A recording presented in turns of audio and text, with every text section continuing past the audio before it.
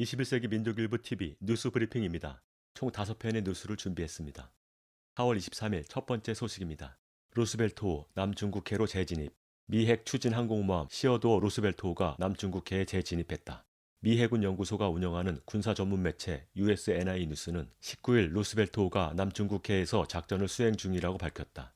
뉴스는 루스벨트호 전단이 지난 16일 괌에 정박해 물자 보급, 인원 교체 등을 진행한 후 남중국해로 출발했다라고 전했다.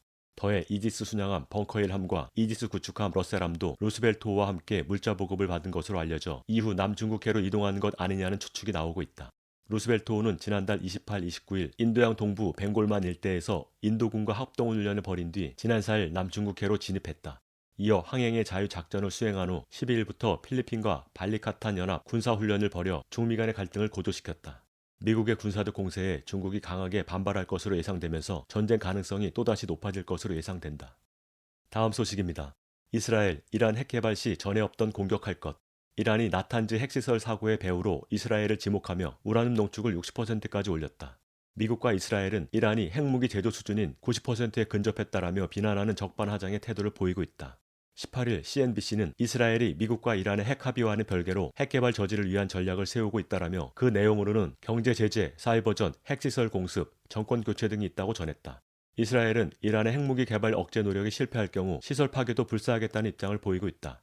실제 이스라엘은 1981년 이라크의 오시라크 원자력 발전소에 F-16 8대를 보내고 2007년 시리아 원자력 발전소를 공습하는 등 중동 지역의 핵 개발을 막아 나섰다.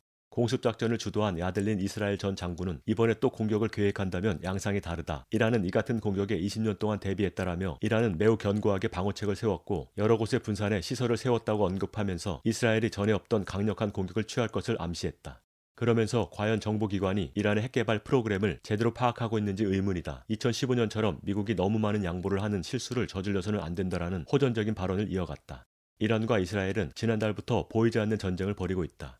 이란의 나탄즈 핵시설과 이란 정찰선이 공격을 받았고 최소 2척 이상의 이스라엘 화물선 피격 사건이 벌어졌다. 이스라엘의 군사적 공세로 인해 중동 지역의 전쟁 가능성이 높아지고 있다. 다음 소식입니다. 마이크 린델 프랭크 사이버 공격받아. 마이크 린델의 새 SNS 플랫폼 프랭크가 출시 첫날부터 대대적인 사이버 공격을 받았다. 19일 린델은 프랭크 출범과 함께 온라인 라이브 생중계를 시작했다.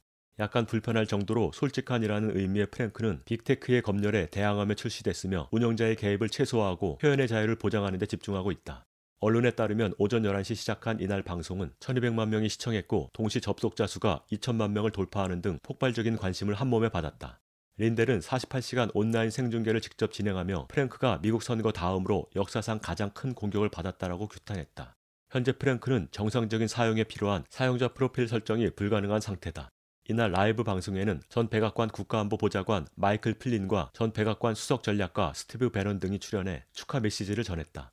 플린 장군은 사람들은 자유를 위한 목소리를 듣고 싶어한다. 우리는 개조하고 부활하고 있는 중이다라면서 미국인들과 세계 사람들이 각성하고 있다. 우리의 믿음에 대해 두려워해선 안 된다라고 언급했다. 린델 CEO는 역사의 전환점이라면서 그들은 우리에게서 표현의 자유와 권리를 빼앗지 못한다라고 강조했다. 다음 소식입니다. 워싱턴 DC 51번째 주로 승격되나. 20일 미 하원이 워싱턴 DC를 콜롬비아 특별구에서 주로 승격하는 법안을 표결에 붙이기로 결정했다. 스테니 호이어 하원 원내대표는 하원은 19일 법안에 대한 승인 투표를 진행할 것이라고 발표한 바 있다. 이 법안은 민주당 캐럴린 멀로니 의원이 위원장을 맡은 하원 감독위원회에서 25대 19표 차로 사전심사를 통과했다. 이들은 워싱턴 DC를 워싱턴 더글라스 커먼웰스주라는 명칭의 미국의 51번째 주로 인정하자고 주장하고 있다. 에포크 타임스는 작년 6월에도 비슷한 법이 하원을 통과했으나 공화당이 과반이었던 상원에서 기각된 사실을 짚으며 올해에도 공화당이 100석 중 50석을 가지고 있어 상원 통과가 어려울 것으로 예상된다라고 전했다. 공화당 앤디 빅스 의원은 민주당은 자신에게 유리하게 기울어진 정치 지형을 영구적으로 고착시키려 과욕을 부리며 터무니없는 DC주 승격 법안을 제시했다라고 지적했다. 한편 백악관은 20일 워싱턴을 51번째 주로 세우는 것은 우리 연방을 강하고 정의롭게 만들 것이라며 해당 법안에 대한 지지를 공식 선언했고 바이든 대통령도 같은 입장임을 공공연하게 밝혔다. 이로 인해 올해에는 워싱턴 DC 주 승격 법안이 상원을 통과하는 것 아니냐는 추측이 나온다. 전통적으로 민주당이 우세한 워싱턴 DC가 주로 승격돼 상하원 선거와 대선에 영향을 미치게 될지 기추가 주목된다. 마지막 소식입니다. 미 대북전단 금지법 청문회의 내정 간섭 논란. 탈북자 단체를 금전적으로 지원하면서 북인권 소동을 벌이는 미국이 대북전단 금지법 청문회를 열고 전단 살포 금지를 대놓고 비난했다. 한국계 영김공화당 의원은 오늘 청문회가 내정 간섭이라 말할지도 모른다. 그렇기 때문에 이 문제를 논의할 이유가 더 생긴다라는 뻔뻔스러운 태도를 보였다. 15일 열린 미 의회 청문회에는 대북전단 살포로 안전 위협을 받는다고 호소해온 접경지역 주민들의 참여는 배제된 채 강행됐다. 패널에는 2018년 파주시에서 박상학과 대북전단을 살포한 수잔 솔티를 비롯해 북한 자유연합 대표, 아시아인권 옹호 국장 등이 참여했다. 이들은 대북전단 금지법은 표현의 자유를 부당하게 침해한다. 정부의 중요한 목표가 남북통일이라는 점이 자유민주주의가 위태롭게 된 배경이다라고 주장했다. 또 남코리아 정치에 개입하려는 것이 아니고 정치적으로 이용돼서는 안 된다라면서도 국회가 그 법의 수정을 결정하기를 희망한다라는 모순적인 태도를 보였다. 한편 증인으로 신청된 전수미 변호사는 대북전단 살포의 효과가 미미하며 대북전단이 출발하는 곳은 군사적으로 매우 민감한 곳이라고 반박했다.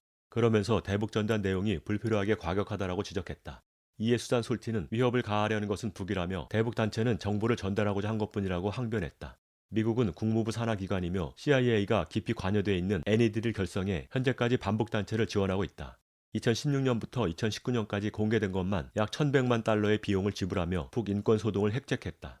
바이든 행정부는 북침 핵전쟁 연습 재개와 북인권 소동으로 코리아 반도의 평화를 가로막고 있다. 반북 호전적인 바이든 정부로 인해 다시금 코리아 반도의 전쟁 가능성이 높아지게 됐다. 4월 23일 뉴스브리핑 마칩니다.